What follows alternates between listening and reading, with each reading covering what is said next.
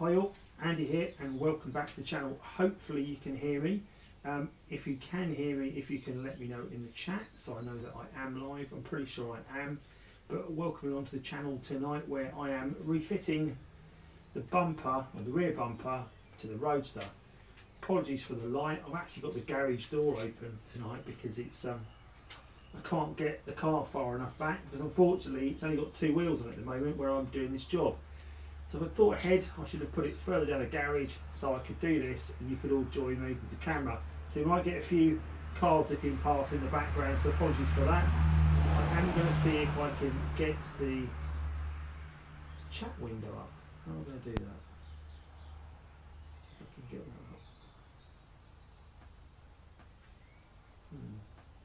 that up. What I might have to do is check the chat on my phone. Let's have a look what's going on. So see if I can see that. So anyway, guys, what are you all doing this evening? If you're watching me, I hope that you're you haven't got much else on. Otherwise, I don't be taking up your evening. So a bit of background about this bumper. So those of you that have been watching the channel for some time will know that I've had problems with this bumper and the paint was cracked. So I decided to set about it myself some time ago and try to repaint it, which didn't come out too well. If you can remember how that looked. However, let's see if I can get on the stream. Anyway, I'll worry about the chat in a minute. Yeah, so I tried to repaint that bumper myself, and let's just say it didn't turn out too well. Interestingly, I acquired a second rear bumper a few weeks ago, well, about 7 weeks ago, and I thought, well, if I've got two bumpers, I'll get them both sprayed silver. I've got one for the car, and if I sort of save myself a few pennies on the paint, having two things done at once, I can possibly either resell the other bumper or keep it as a spare. However, it appears that 7 weeks down the line, I'm still only in possession of one bumper. The other one is still proving difficult to paint. So I did ask what was going on with that, and they told me that when they're repainting it, whatever is underneath the paint is seeping through. I thought they'd take the paint right back to the flat plastic and repaint it fresh. Obviously not. They're obviously blowing over the top of it. So that's not particularly great. The one bumper that I've got hold of that I'm going to put on the car tonight is actually obviously not my bumper, it's the other one, and it is okay. It's come up nice, it's nice and shiny, and I'm going to show that now. I've got it sitting over the car at the moment. Again, I haven't got the chat up yet, so you might have to bear with me while I work out why the chat's not appearing. And if I can get the chat up, that'll be great, because I'll better see what's going on with you guys if you're actually out there and if people can actually hear me. Right, let's see if I can get that under view.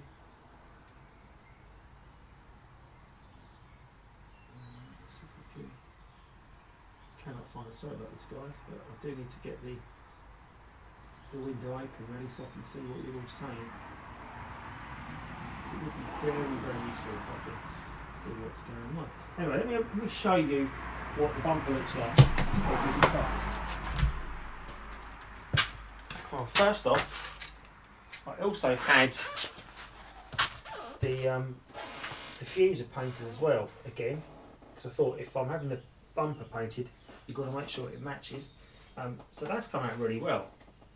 I say it's come out really well, I'm presuming they painted it because it feels really nice. So that is actually quite good. It does look like it's had some paint because I can see where they've blown it in. So that's ready to go back on. However, the bumper itself, it's not really a one-man job, but I'm going to see if I can do it and not catch it on anything of the car. Bring it up. So there it is. It's covered in dust from the paint shop, but it has come up nice, he says.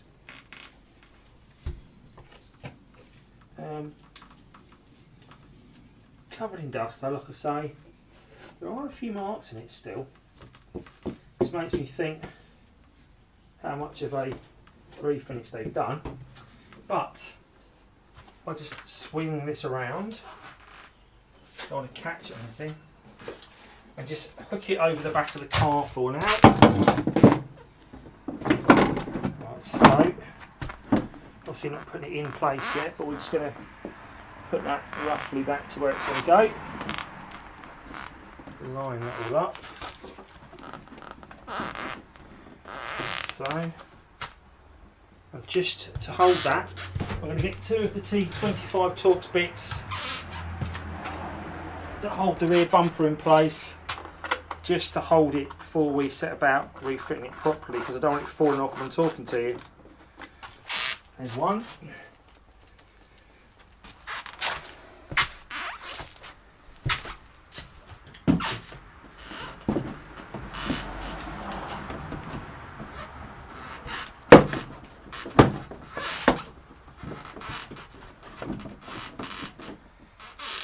See my fit. Now I'm pretty sure it fits because it's why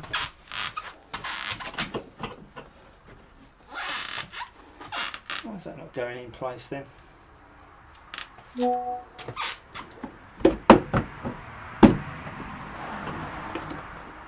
lights haven't come off, so it's not the lights. Right, anyway, I'll worry about it in a minute when we're at that stage. So, again, I've had no prep for this today. So I've been, because I do have a day job as well, which takes up an awful lot of my time at the moment. And, yeah. Oh, that's held in place. So I'm going to work out in a minute why that's not going in place, but I do still want to work out why this chat's not coming up. I want to see what you're all saying.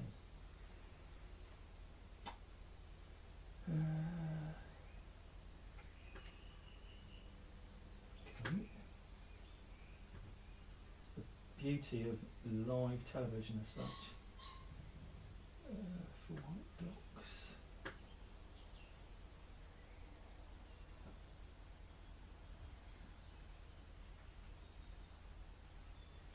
I wonder if I open up, I'll have a look at my phone and see what you're saying. If anyone's watching that's got my number, if they want to send me a text, so I know this is actually working and live, because it would be nice to know that it is live.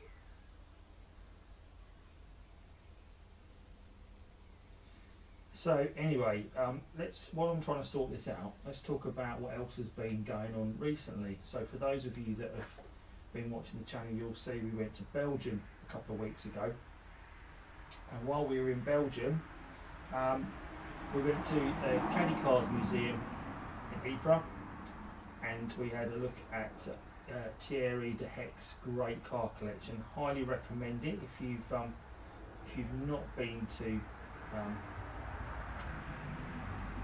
Andycharger and seen the museum. Definitely recommend going and checking it out. Now we will be going back next year, but we had 130 cars there. Actually on display with us, that were dotted around the industrial estate where Thierry's based, and it was a really great day. We had, I'd say the majority of the cars were probably Mark 1s. There was a great selection of Mark 3s actually, not so many Mark 2s, but there were some around, and cars come and join us from France, Holland, Belgium, Germany, and of course the UK. The UK TTs did get together on the Friday night. We went over a day early, and we had some really great food at the Trumpet on the Ypres Town Square. Great food, highly recommend it. We'll be definitely going back there next year. And Saturday night we went and experienced the Menin Gate, which is quite a poignant ceremony to a memorial towards the dead and the people that died during the First World War on the Allied side. I didn't see if it was really a memorial to the Germans, but I presume there must be similar sort of memorials around for them, but I think it was mainly for the Allied troops of World War One. Anyway, that was a really great event, and there are some other great events coming up as well in the next couple of weeks. This Sunday there is the Goodwood Meet for TTs at the Goodwood Racetrack. It is a pre-booked thing. I was told originally you could just turn up, but obviously hey ho, that seems to have changed because it's now, if you haven't got your name down, you can't get in. But however, if you do want to get your name on like a reserve list, because I've seen that there have been a few people that have been able to get admission after, or added to the list after the sort of like close date of the meet. If you get in touch with Jack Chitty on the South Coast TT group on Facebook, I'm sure he will add you into the list if you want to get down there. So that looks a great meet. There's also the TTs, that the Yorkshire-based TTs are heading across the Pennines again into Lancashire, I believe, this week. There's a meet up in Lancashire. I can't remember the name at the top of my head, but that's on Sunday morning as well. If you get in touch with Wayne Hudson, he will arrange that for you and tell you the dates of it. But if you want to look on my channel, there is a meet video from last month that will be covering all of that also, which is great. Still can't see the chat, which is really not great. So I don't know if this is even going out. I'm presuming it is. Let's have a look if anyone's in the. If anyone can ask me, I'll ask in the chat. Can anyone see my live? Hopefully they can, because otherwise I'm a bit sort of stuffed. Cannot see what I can't see. Right, let's have a look at that. There must be a YouTube window somewhere. Can't seem to see it.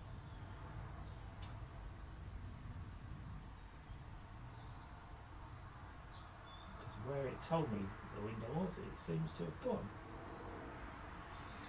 Which is fun.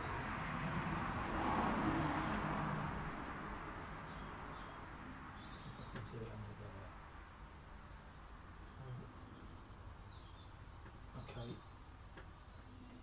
Okay. Yeah, I see. Carl Chris is there. We can hear you. I see that. Alex, yeah, thanks, Alex. I can see that.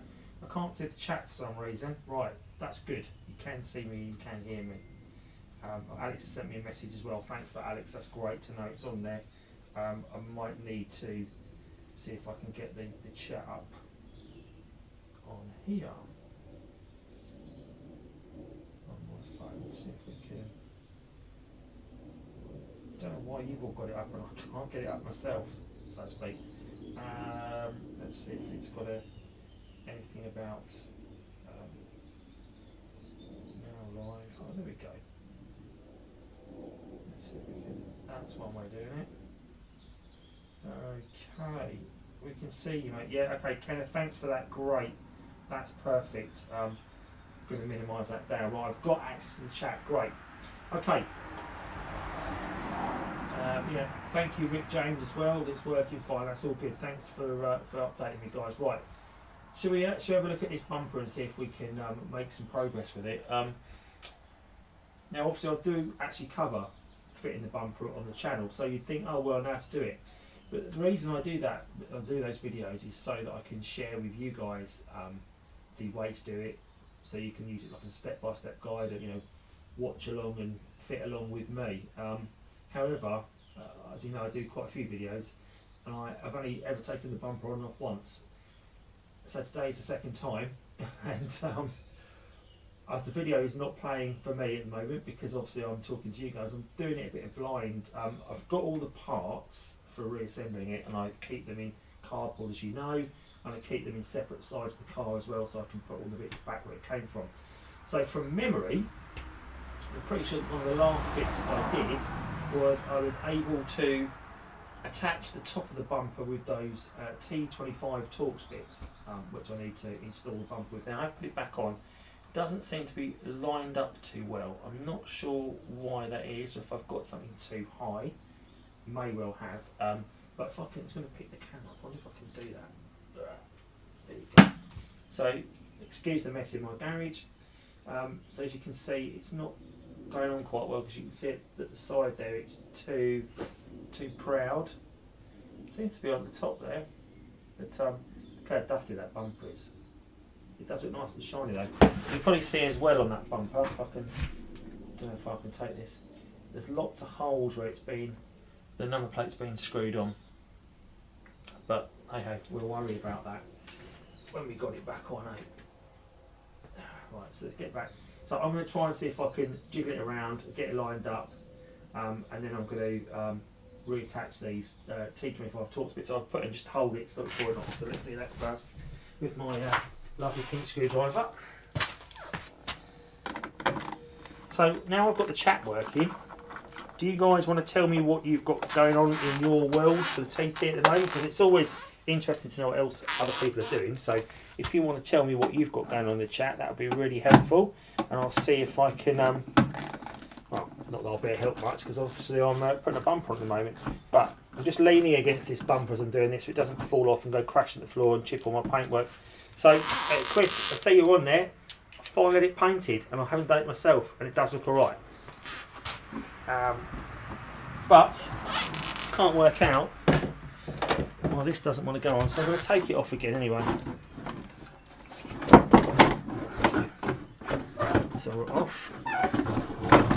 Before I put it on, actually, what I'm going to point out is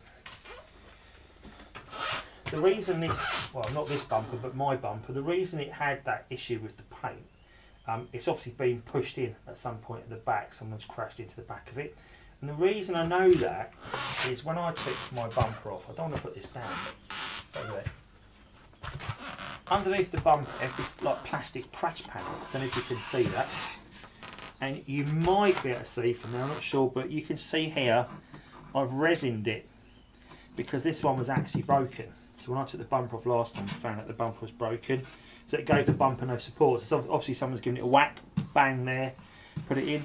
There was no damage to the crash panel as such, this actual like aluminium or galvanised metal bar that has the harmonic weight on the side of it. There was no damage to that. So obviously it hadn't been hard enough to damage the car, but it obviously pushed the plastic in, probably cracked the paint off and damaged this plastic panel that holds it in place. So I'm going to try and align it back up again, see if we can work out why it doesn't want to go on.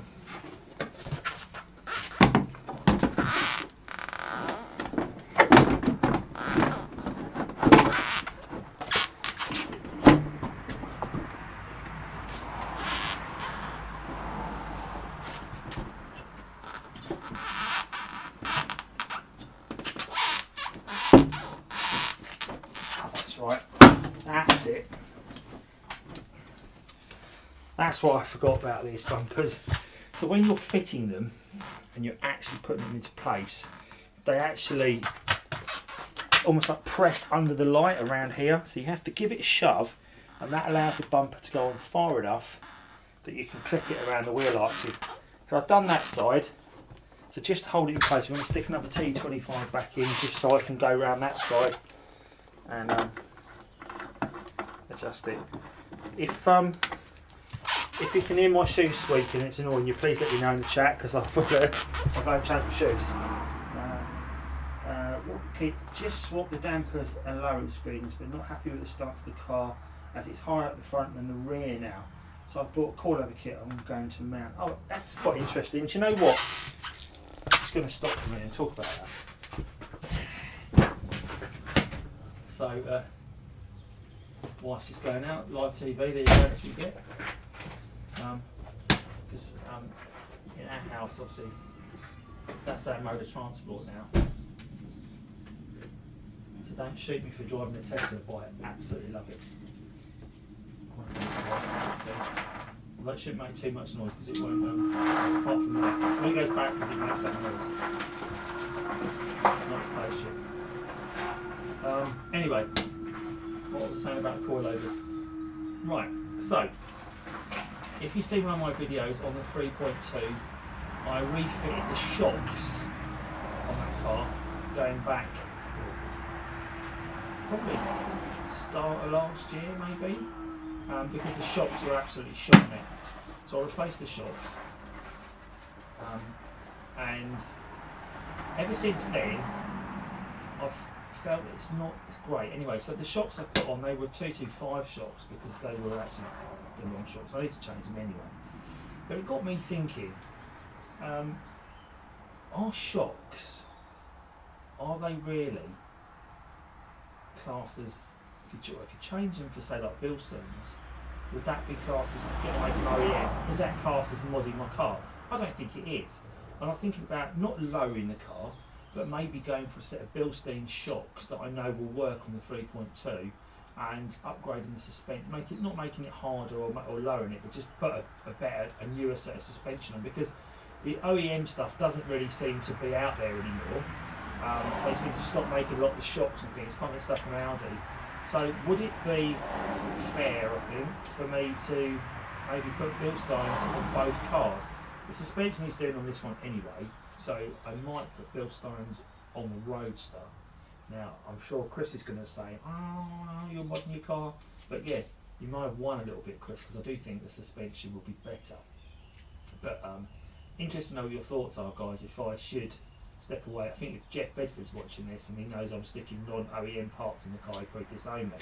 But I do think I need to improve the car, let's say. It's not a performance improvement, but just improve the ride quality and make it better. So the 3.2, since I've had it, has had a real like knock noise, I think is the best way to describe it, on the passenger side. So when I go over any bumps, I can hear like going on when I go over the bumps.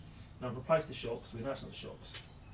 So my thoughts are now pointing at the top mounts, because it almost sounds like there's something loose in the boot. It's probably the best way to describe it. Now I know there's nothing loose in the boot, and when I listen, it's definitely coming from the sort of the wheel archy area of the back of the passenger side. So I've bought 2 new top mounts for it, again from Autodoc, and they were quite reasonable. I think they were only about 12 or 13 pounds to do.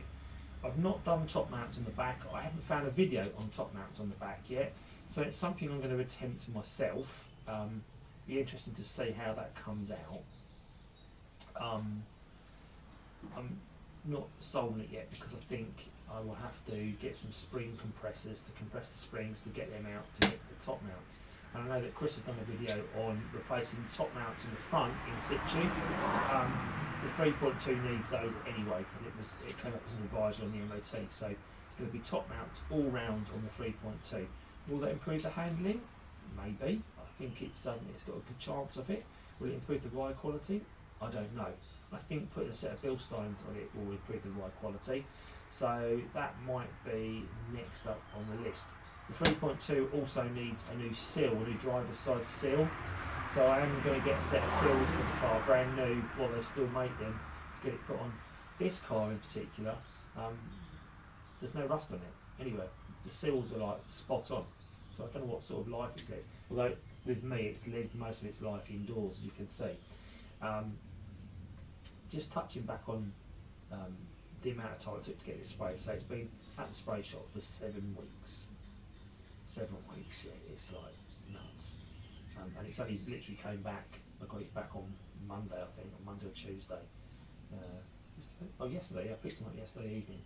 And obviously I've only got one of them because they're still at the spray shop because they can't get it right. But the bodywork on it is great. But as I had this off, I thought it's only going to be gone for a week, so I jacked the car up to where it is. And you can probably just see the height it's at. The jack's still under. That's the microphone. Still on the jack. You can also see there's axle stands there as well. And the reason there's axle stands under it was jacked it up, lifted it on the jack, taken the whole weight of the rear of the car, and then when I was thinking last week I'm finally going to get the bumpers back, I came out to look at the car. I've been doing a video on the coil packs as well, and as I looked at the car, I thought, it seems to be quite level. Why is it so level? I'm pretty sure the back end of the car was up. So I came around the back of the car, and my trolley jack over the past 7 weeks has just basically dropped to nothing. It was on the floor, so the car was sitting on its lower arms, essentially. Luckily, where the jack was sitting, it was positioned under the exhaust, the rear box with the exhaust, so it could have gone horribly wrong and crushed the rear box, but it didn't. So luckily it's all intact. Anyway, now I've got that one side on, let's see if we can get this other side lined up. I might just spin you around so you can see what I'm doing on that side. Let's see if we can get this side on as well.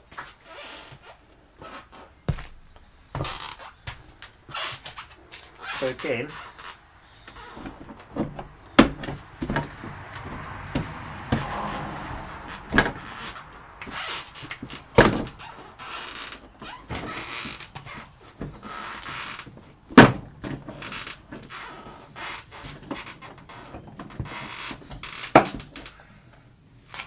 don't want to go, does it?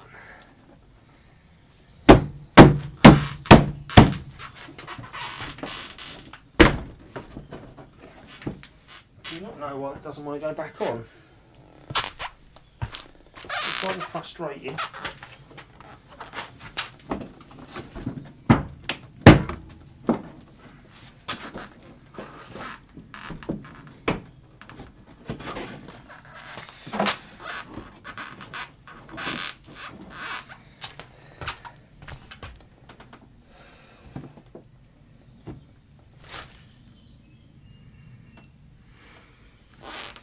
Cannot see why it does not want to go on.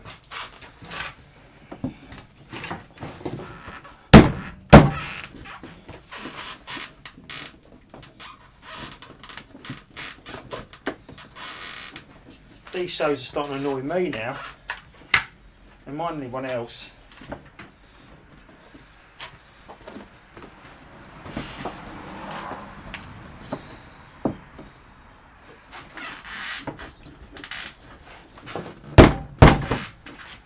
Giving it a whack, that normally sorts it, doesn't it?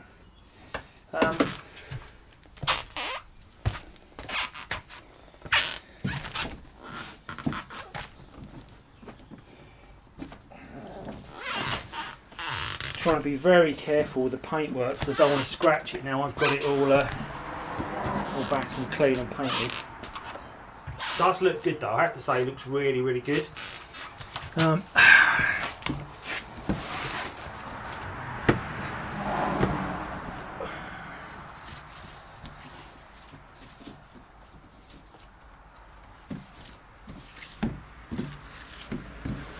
There are a few marks in the paint still, I have to say. But hey ho, it's done and it's back. But right. Live TV, eh guys? Why does it not want to go back on? If anyone can see from anyone was watching my video, and can see in the content why it's not going back on, because if it's obvious, do let me know. It'd be nice to get it back on in one piece.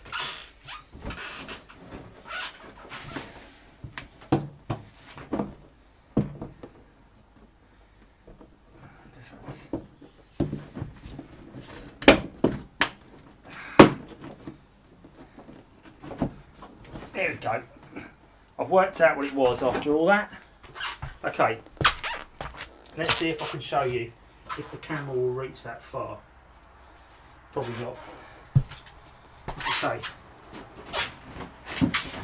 So here, on the side of the lights, there's like a rubber seal that goes right around the edge of the light. And what I was doing, I was tucking this silver bumper just the wrong side of that seal. So I've now moved it around, so it's now in position. So it should sit nicely. I'll test the back.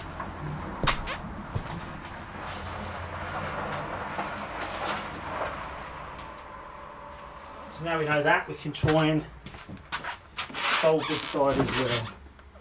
So I don't want to get it under that.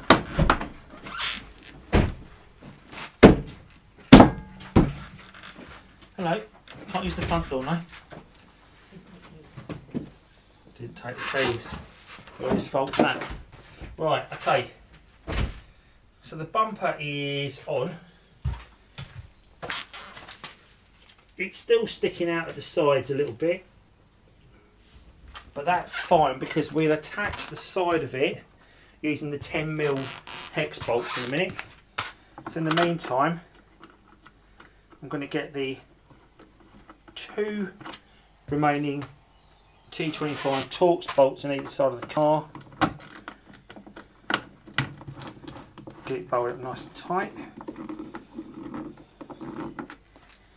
And I say the 2 remaining, there's actually 3 remaining, because I only had 1 holding it in place. Okay. Get that one in as well. Make sure there's what I've got from here. Okay. There's that. Okay. Right, that's done. Right, so we're bolted up that far. Now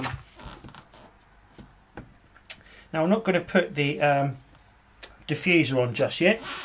I'll leave that off for now. We've got those on. Probably a little bit premature, but hopefully we're not going to have to take it off again. Now, these parts can easily break. So when you're removing these from the car, and these go either side of the, it's the wrong side one, but these go either side of the car and cover the top of the bumper up. Now when you're removing them, if we can find the tool,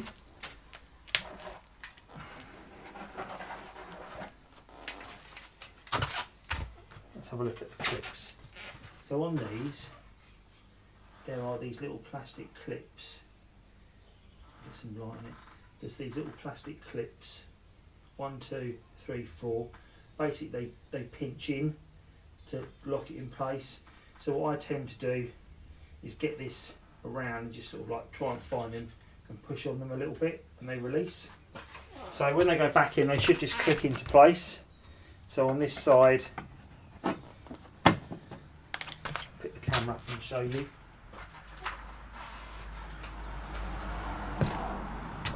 See, they just literally click back into place. He says.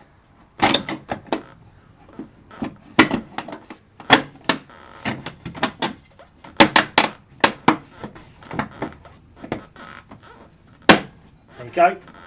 You hear it finally click into place, and that's that in place now. I did notice someone else put about a grommet for here. I don't know if you can see that hole from there, but that my cable for my rear lights is the grommet's missing off there, and it chaffs the cable. I don't think you can actually get those, but I did see some. See, there's one missing there as well. You can actually make a grommet for it using, if you get 2 like outdoor plastic, what are they called, boxes for electrical sockets, what they're called now, pattress boxes. If you get an outside one, they normally have a hole in them, and they have like a rubber grommet that clears it off to stop water getting in its outside. So you can use one of those, if you remove the cable obviously first, and you can put it in there and make them stretch, or you can basically force them in. But the good thing about them is they lock, because they're like double lips, they go inside the hole and fix quite nicely. I've got some rubber grommets for putting in different holes, but because they're such a weird shape, I don't think that'll work. But that was a good idea about using ones out of outdoor pattress boxes anyway. Yeah, so for removing those black clips, definitely use plastic pry tools to do that. Right, do send me a message in the chat, guys, if you are if you're interested in sending me some information. I'm just trying to think what else I've got coming up. So there's a video coming up on coil packs, removing coil packs. I don't know if you saw my video a few weeks ago with the replacing the electrical connectors on coil packs.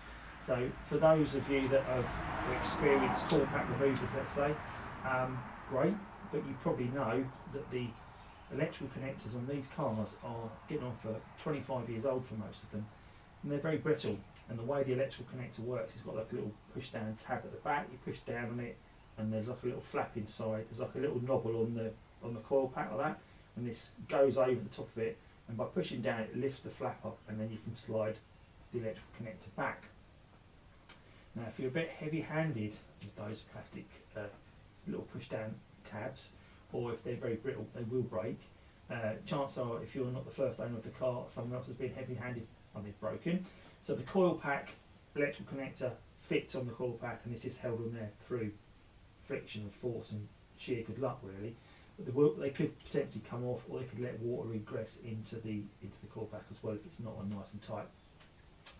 But those electrical connectors can be replaced. You can pick them up very cheaply from eBay for about £6 or £7, and they've got the electrical connector's got 4 connectors inside it, electrical terminals. And what you have to do, you get the new connector and you push these little terminal connector tool into them, and it pushes the terminal at the back. So you end up with just a plastic shell. And then what you do is you take the plastic shell off your car coil pack connector and fit the terminals into the new one, and it just works. And I was a bit sceptical how easy it would be, and it was pretty straightforward. So I've done a video on that. And the reason I had to do a video on that was I was doing a video at the time on how to remove your coil packs, and I actually broke one of my electrical connectors doing that. So actually it created more content for me, but it also allowed me to do it the proper way, work out how to get coil packs out. There's a lot of talk in the groups about faulty coil packs, bad coil packs, and to remove them, really, if you want to just pull one out of the car, then good luck. But you can get a tool that actually slots over the top of the coil pack, and you pull it straight out, and it comes off your spark plug. That way you can get to your spark plugs, change your plugs, and do a service on the car as well. It's fairly simple. Do it at home yourself. You don't need any special tools. And I'd say most of these cars now, for oil plugs and filters, for I don't know, let's say under £100, with oil filters, plugs, and everything, you could do a lot yourself at home. Whereas you take to the garage, bring maybe £250, £300. Well, I'm not overly worried about paying the garage to do simple things like that. And I say simple because they're not straightforward if you don't know what you're doing, which is why I do these videos. So hopefully you do find the videos helpful and useful, and you do, well, keep liking and subscribing. Make sure you keep doing that. If you're enjoying this video, guys, do give it a thumbs up. It's always useful to have a thumbs up as well, and also put in the chat what your favourite Andycharger video is that you've been watching recently, because it's also interesting for me to find out from you guys what's going on. For me personally, I hit 6,000 subscribers going back probably about a month ago now, which was brilliant. If I get to that, I thought if I got to 100 subscribers I was doing well. So I was really chuffed, and what I'm trying to do for every 1,000 subscribers I get past, because to me that's a massive milestone, and I'm really impressed. I want to give something back to you guys. So you may have seen a video of mine recently where I covered mobile phone options for a car. So if you've got your TT, obviously getting a mobile phone, it's quite tricky, there's nowhere to really put it. So I get people get in touch with me quite often now and ask me to trial things, will you give this a try on the channel? And I say, yeah, I'll do it, and but I am very honest, so I'm not getting paid for doing these little gadgets and tools, but they send them to me for free, and I'm happy to give them a trial. And I'm always saying to people, if it doesn't work and it's crap, I will say it's crap. So your choice if you want to send it to me. So I always think the people that do send the stuff out, that get in touch with me, make the effort, that they've obviously got faith in the products, because if they know I'm going to be honest about the product, they're probably less likely to send it if it's rubbish. And saying that, back to the 6,000 subscriber, because I want to give something back, I reached out to the people that sent me the mobile phone holder and charger. It's a wireless charger for the car, works really well. And I said, would you be prepared to send me another one? I like what I've got, but send me another one, and I could use it as a giveaway on the channel. And they went, yeah, that's fine, and they sent me another one. So I've got another brand new wireless charger for the car. It's Bluetooth, does all the things you want to do. So if you've got a phone, you want it to charge in the car wirelessly on a little bracket, brilliant. It's magnetic as well, so it literally sucks the phone onto the bracket and charges your phone. Doesn't get hot. Keeps it nice. There's like a fan built into it actually. It keeps the actual mechanism nice and cool. Really good. I can't remember what they're called now, so that's not really good effort for them, is it? But I'm sure if you watch the video you'll see it. But yeah, so I'm going to work out how I'm going to give that away, but I am going to do a little giveaway on the channel for 6,000. I've also got something arriving in the next few days, which I'm going to do on the Fiesta, but it would apply to the TT as well, is obviously people I've noticed are ripping head units out of the car and putting like Bluetooth head units in, and I think because the cars are of a certain age, it's nice to keep the heritage stereo in the car, but I know that we all want to use Apple CarPlay and various other tools, so you can actually fit a screen into the car and keep your head unit, and car ways of doing it. And my daughter's Fiesta, she's got an aux socket on her stereo, it's on the centre console, but there's an aux button on the stereo that will allow her to use this screen. So someone's going to send me one of these screens to trial, and I'm going to do it on the Fiesta, and if it's any good, I'll think about maybe fitting it in the TT, as long as it's not permanent, it's something I can put in and take out. Okay, it's not OEM, but it will allow you to navigate better, even though the blue car's got built-in sat-nav, not as much cop. So that's coming as well. Anyway, let's get back to doing this bumper. So I think the next thing I'm going to do on the bumper is, in each wheel arch, there is two 10mm hex, not hex bolt, which are like 10mm bolts that hold the car in place. So I'm going to do that, and that will bring in the two sides of the wheel arch, so the actual bumper will sit flush with the wheel arch. So I think it's quite key here that, because these bolts and the hole they're going to have got a little bit of play, so it's good to make sure you get it perfectly lined up when you're doing the bolt up.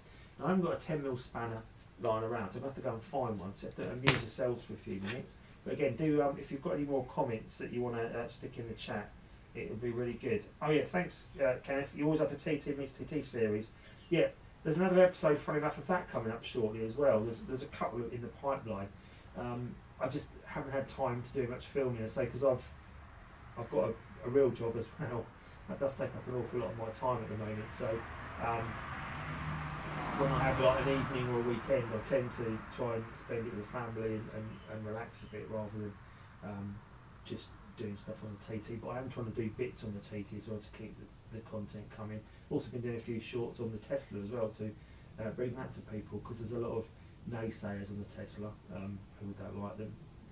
I get, I'm a petrol head and I like my Tesla and I like my petrol car, so you can love both, and yeah, I wouldn't be about either of them if I'm perfectly honest. But anyway, let's get these 10mm bolts into the wheel arches. If I can find a 10mm spanner. I'm hoping the seat I've been sitting on, that might have something in it that I'm looking for. Maybe not. That's my drill bit box, so it's makes a good seat though. Right, so if I can get a 10mm socket. Talk amongst yourselves, guys.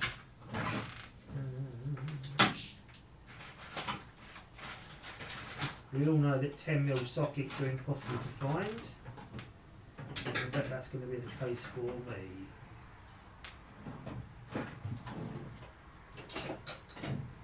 What have we got there? 12, and 9. Always the way. Right, let's have a look in here. I wonder if that might do it. Right. Okay. Not the greatest tool for as a 10mm socket, but I have got a little 10mm tri-spanner there that I'm going to use to get these bolts in. So essentially, the lighting's bad, isn't it? I wonder if we can move you a little bit more indoors now. I'll move you to there. Now the bumper's on, I can sit that there. Right, there, I've got a bit of light now, haven't I? Okay, so there's the little 10mm bolts. Again, they go in the wheel arches, so I wonder if I can do it on this one. Get the camera in shot, so look and get the camera in shot on this side.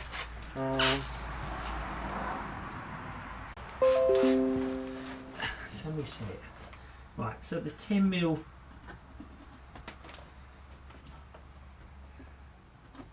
are just in here. 2 of them get bolted into this bracket. I can't really get a lot of light in there, so I'm just going to put the camera there for a second, see if we can.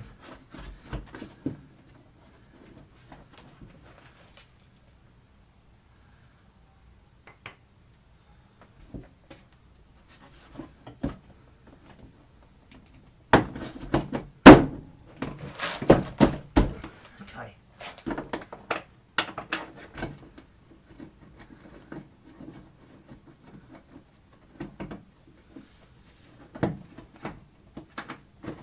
Right, once this is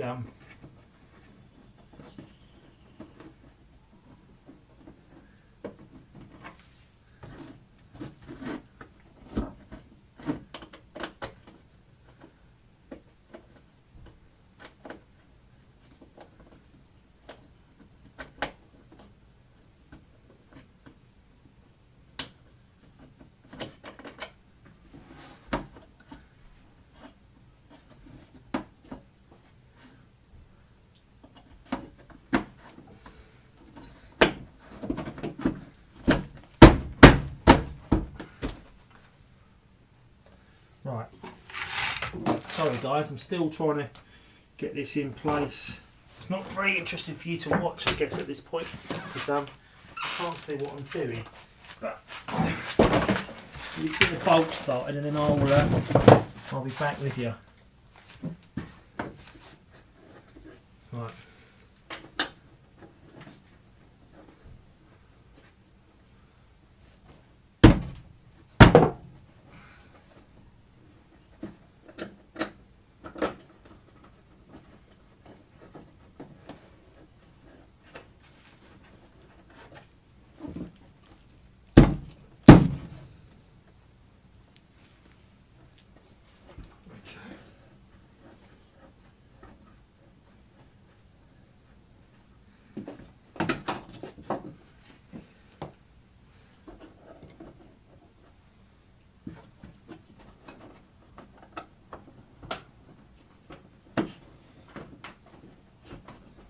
Okay, I might use my phone to show you this.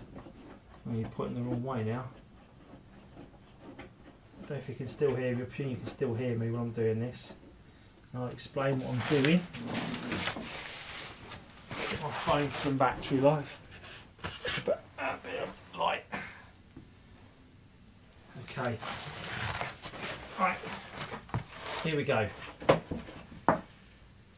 So in the wheel arch here, you might be able to see, if I can shine it up there, can you see those two bolts I've put in place?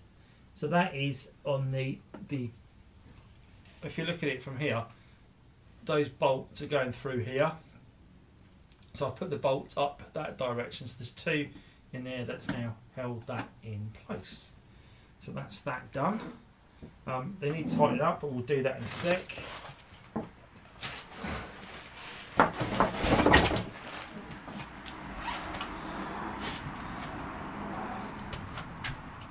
Put you back on there for a sec. Okay, so let's do the other side.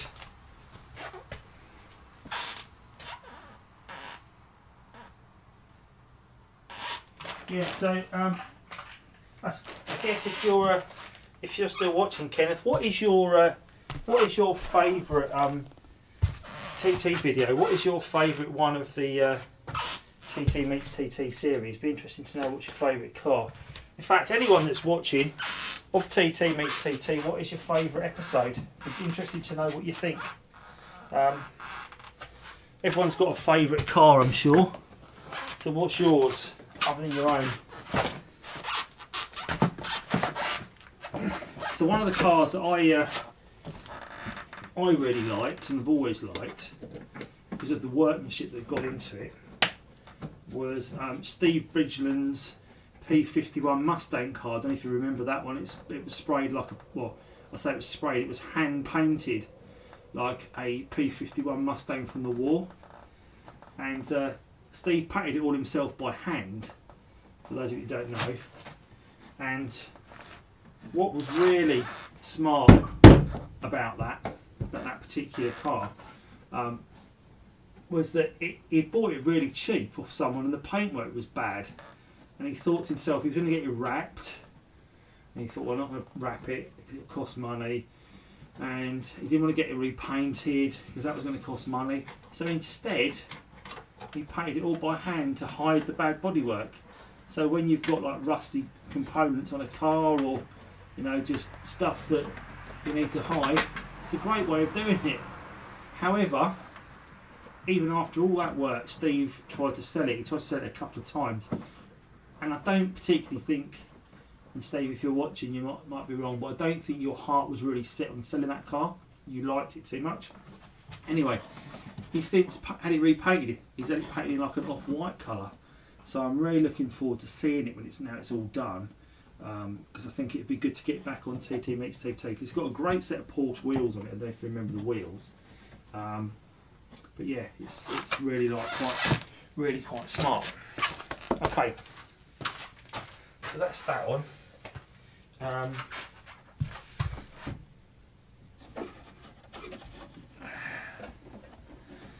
Shall we get the diffuser on? Now, I'm not sure, but I mean, taking this off was a real pig.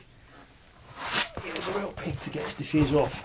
But of course, this diffuser didn't come off this bumper because this is not my bumper it's going back onto. So I don't know how easy. Now, with a diffuser, they have these tabs all around the edge that just click into place. And there's also, you can see here, this connects, there's like two holes at the bottom of the diffuser, and what they do is they're more T25 Torx bits, and they bolt to these brackets on the back of the like the slam panel on the car. So I'm just going to see if I can line that up, offer that up, get it all back in. That goes on nice and easy actually. I didn't realise it would be that easy to push back in. Okay, so that's now all the way around. First glance they look the same colour, which is always good. So whether he's painted them at the same time, I don't know. Although that's got a bit of like lacquer run there, so he has painted that by the look of it. Yeah, from a paint perspective, I was recommended this guy, and I don't know, I'm not going to give him, well, I'll get me the bumper back first before I give him a score out of 10. He's probably not watching anyway. But not overly impressed really. Much better than it was. And I think I do have another contact that plays on my team. I think he's a bodywork guy, Sam. So Sam, if you're watching this, I'm going to speak to you at the weekend about maybe getting some panelling done. Right, so that's now back on the car. So we'll bolt that. So that should make all of this, should firm all of this up, because it holds it in place. So let's get those two T25 Torx bits in place again.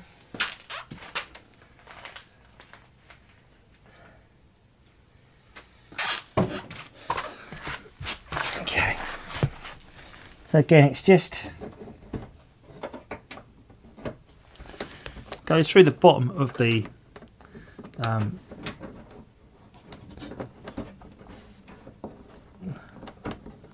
go through the bottom of the diffuser. I think it was cool for a minute. And what I'm going to have to do, I think I'm going to have to get underneath the car to line this up with the hole and start it off with my fingers. That's it. That's a much better idea. I don't know why I didn't do that first time. Because not only is there two T25 Torx bits for the diffuser, there's also two T25 Torx bits for the bumper as well that attach to the bodywork, which I didn't point out to you, but they are located here, just on the outside of each exhaust pipe here and here. So we'll get that bolted up. I haven't done that up tight yet, but I'll get those four T25s into it first. We'll just check the chat in case I've missed any messages. Okay. Oh, Alex here. Carl now enjoys the potholes of my now XTT. I opted for a Navara, which eats speed bumps for breakfast. Yeah. Yeah, Alex, yeah, totally. I'm well aware that you've sold your car to Kyle. Kyle and I've had a lot of chats about it. I'm really glad it's stayed within our sort of circle of cars because it's such an interesting car. And I think it really gives an opportunity for someone else to take the car on and make it their own and do things with it. Because that's always the good thing about all our TT groups is that there's lots of people that are wanting to take cars on. Cars tend to change hands, but you know the car, but then new people come into the group. So you meet someone for the first time, you say, yeah, I know your car very well. I remember that it was owned by this person or this person and this person, and they look at you like, how do you know so much about my car? But the popular cars that change hands regularly, they become almost like personalities of their own. And that car of yours, Alex, the blue one, the Porsche Miami Blue, it's very unusual, not many about. I know that Kyle's already making some great alterations to it, I think, just to make it the best car it can be. So I think he's leaving a lot of what you've done, but he's also making just like refining a few bits and a few bits himself. I think he wants to get that boot lid fixed because that would give me OCD, your boot lid. Right, so when I'm refitting this bumper, there's these T25 bolts that go in. They go into like almost like a square metal bracket that you screw through and it pulls tight. They're actually missing off this, so I need to go and see if I can find a couple to bolt into, see if I can find them.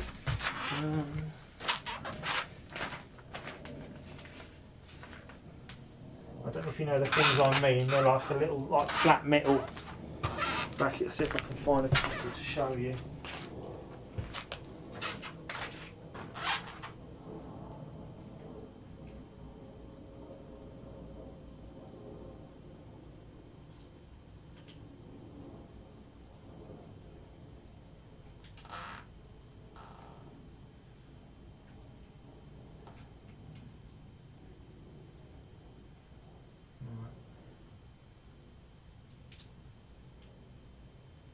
I've got one I can show you. I've got one type of one I can show you. So these are the things I mean. This is the wrong size. I don't know if you can see that. They're like a little metal collapsible part that goes over the car and then you bolt through. However, I've got these as well for now, just to tie me over. They're also screwing. So I'm going to use these just to shore up the bottom of the bumper until I can get some of those little brackets tomorrow. I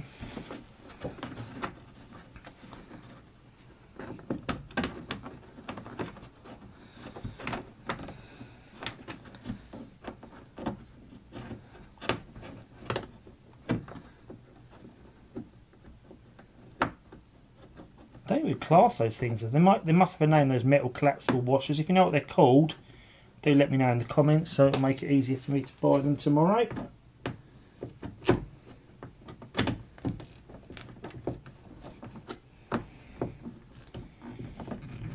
Right. And that's doing the job anyway, what I've just attached it with. I mean, it will hold it. You're not going to see those parts. Don't know how OEM they are, but I suppose these are actually off the car originally. They used to hold the plastic under trays in place. So technically they are OEM parts, they're just not destined for this part of the car. So we talked about upcoming meets, didn't we? We just sort of touched on those. So there is a new breakfast meet coming up next Saturday. And that's at the being organised by Jeff Bedford. And that is in Great Leys at the castle. So if those of you that have been to those meets before at the castle, they do great food there.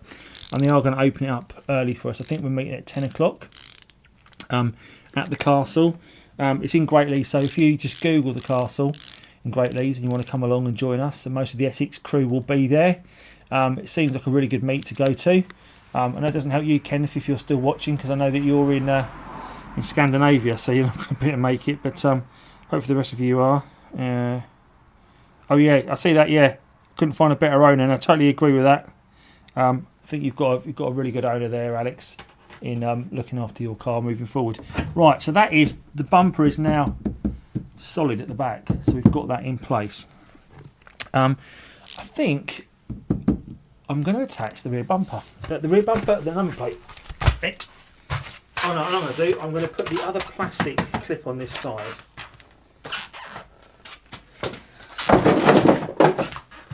Kick something. See if I can get it to there so you can see what we're doing.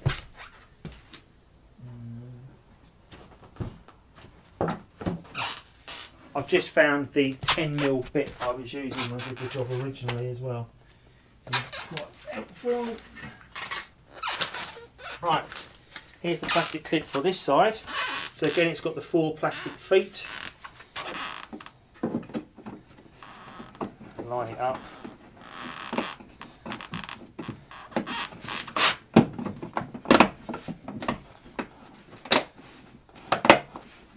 Goes on much easier than it comes off, which is good. So that's that in place.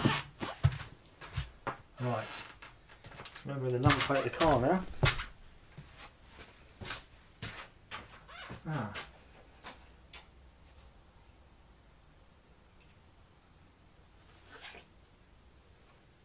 A selection of number plates, but these.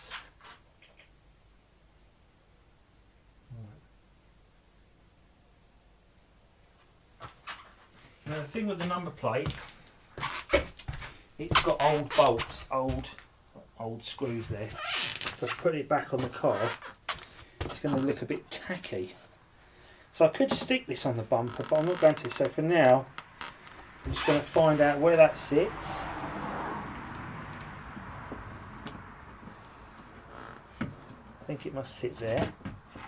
And I'm just going to, obviously it didn't come off this bumper, but it looks to me like it's got screw holes just in the right place, which is quite good.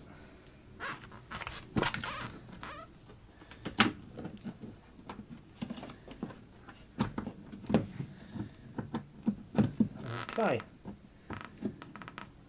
it's only a temporary measure until I can get it sorted. But we can just, at least the car will then be movable and mobile.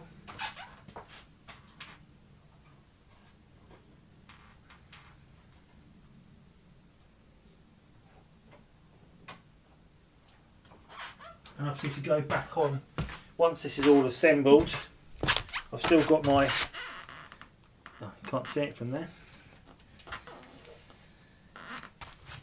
I've got my TT badge for that side and my Quattro badge for that side, and I will put those back on because I think it's again it's OEM for the car, isn't it?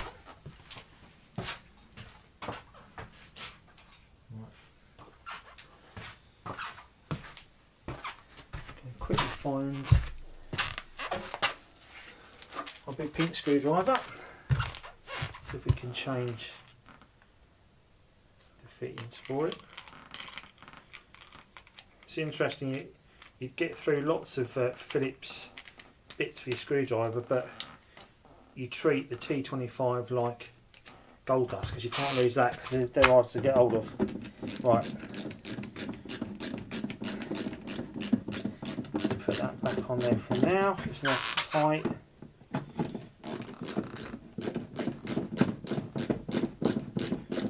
Put that into there. Okay.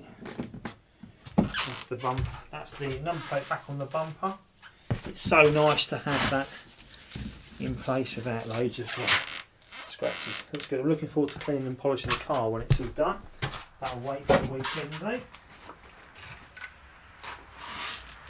Now, from my incident with the trolley jack collapsing, what I had to do was, I think for the first time, get the actual car jack out and use it, which never been used before, I don't think.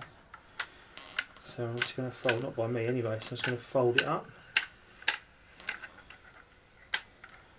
And and get it back into its place in the tool compartment for the car. But so I won't be putting the wheel brace back in because I still need to put the wheels in the car, but I will now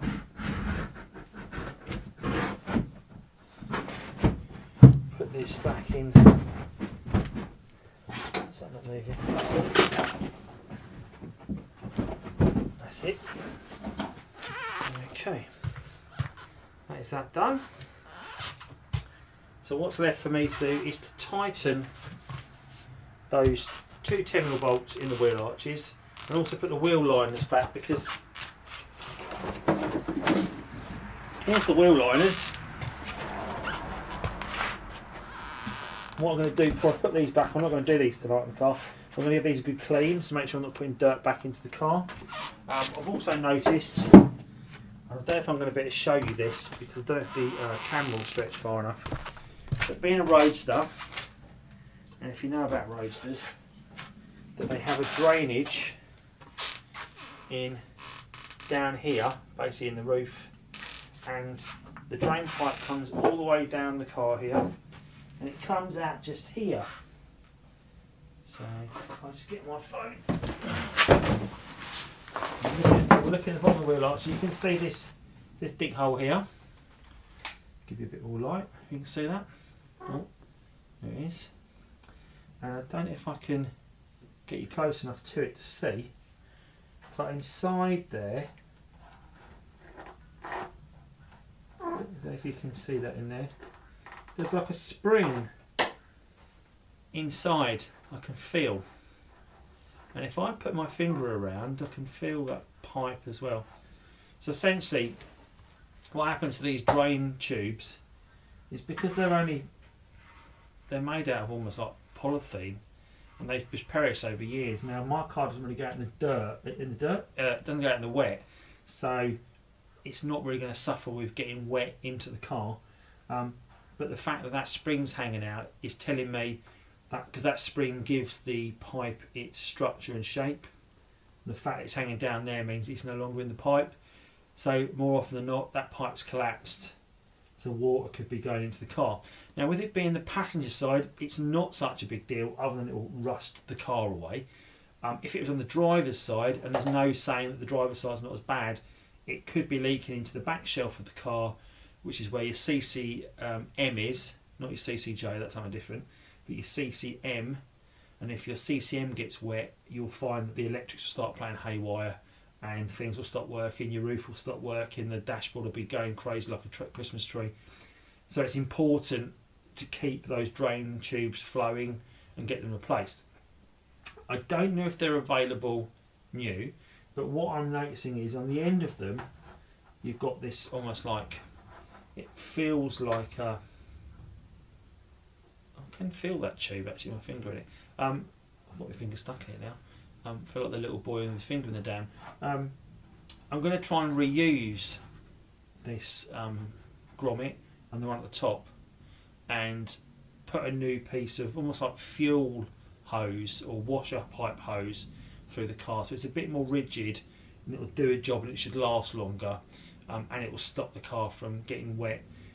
Taking it out in the wet will be not such a problem, but say it doesn't go out in the wet, my Roadster.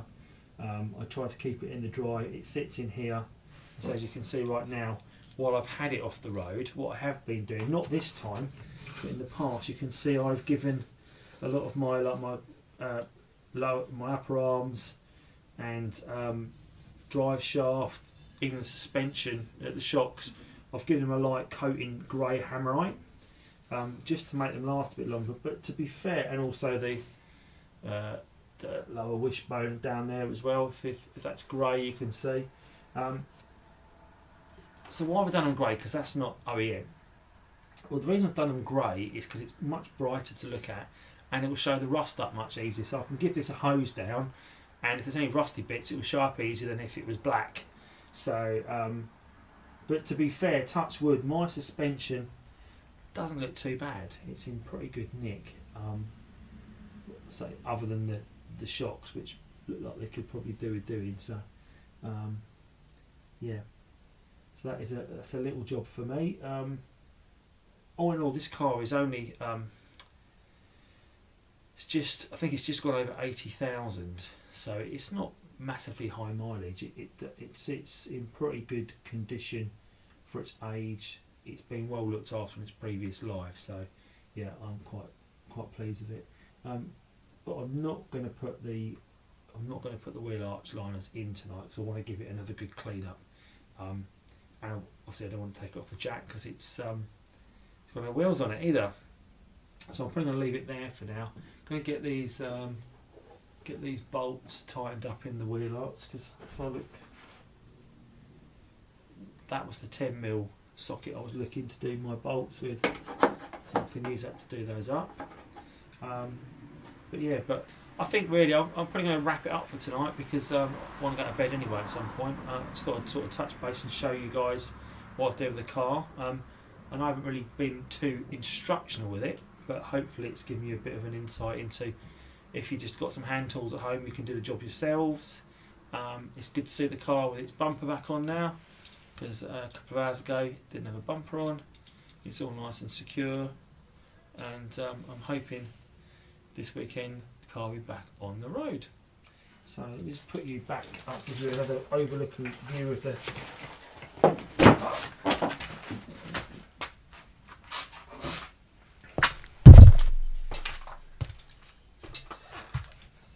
car with the nice freshly painted shiny bumper on it. I'm looking forward to going to the breakfast meet. So the meet next week at the castle, I'm going to be at that meet. I'm going to come along to that meet.